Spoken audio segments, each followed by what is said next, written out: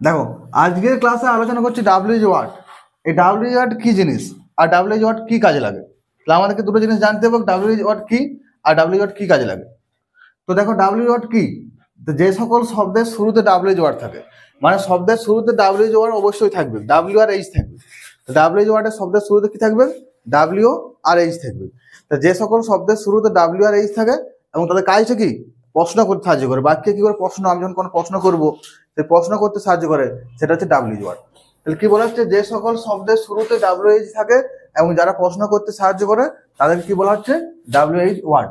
তো এরকম অনেক ডাব্লিউএইচ ওয়ার্ড আছে, তো যেগুলো আমাদের খুব জানা জরুরি, যেগুলো আমরা বিভিন্ন পরীক্ষাতে প্রশ্নতে আমরা পাই, তো সেইগুলো এখানে আমি লিখেছি। দেখো প্রথমে কি দেখছি, হোয়াট। হোয়াট মানে কি, ভালো করে লক্ষ্য করে দেখো, এই যে হোয়াট বানানটা ডাব্লিউ আর এইচ দিয়ে শুরু হচ্ছে, কি দিয়ে, ডাব্লিউ আর এইচ দিয়ে শুরু হচ্ছে।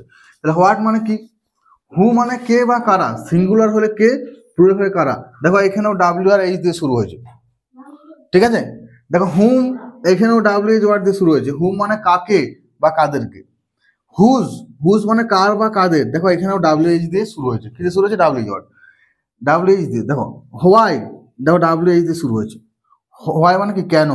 হোয়ের মানে কোথায়, কি বললাম, হোয়ের মানে কোথায়, তাহলে হোয়ারটাও কি ডাব্লিউএইচ দিয়ে শুরু হয়েছে।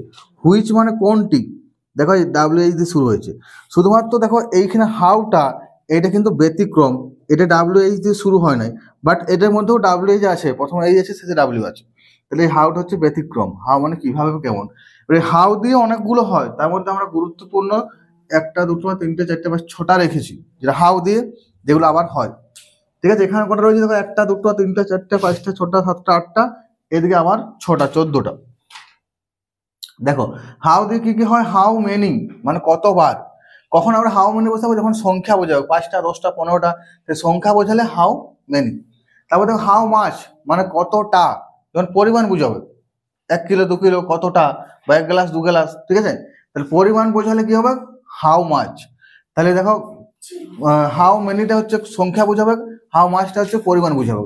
হাউ ফার মানে কত দূর, এটা কি হবে, দূরত্ব বোঝাবে, হাউ ফারটা দূরত্ব বোঝাবে। হাউ ওল্ড মানে কত বয়স, এখানে বয়স বোঝাবে, হাউ ওল্ড।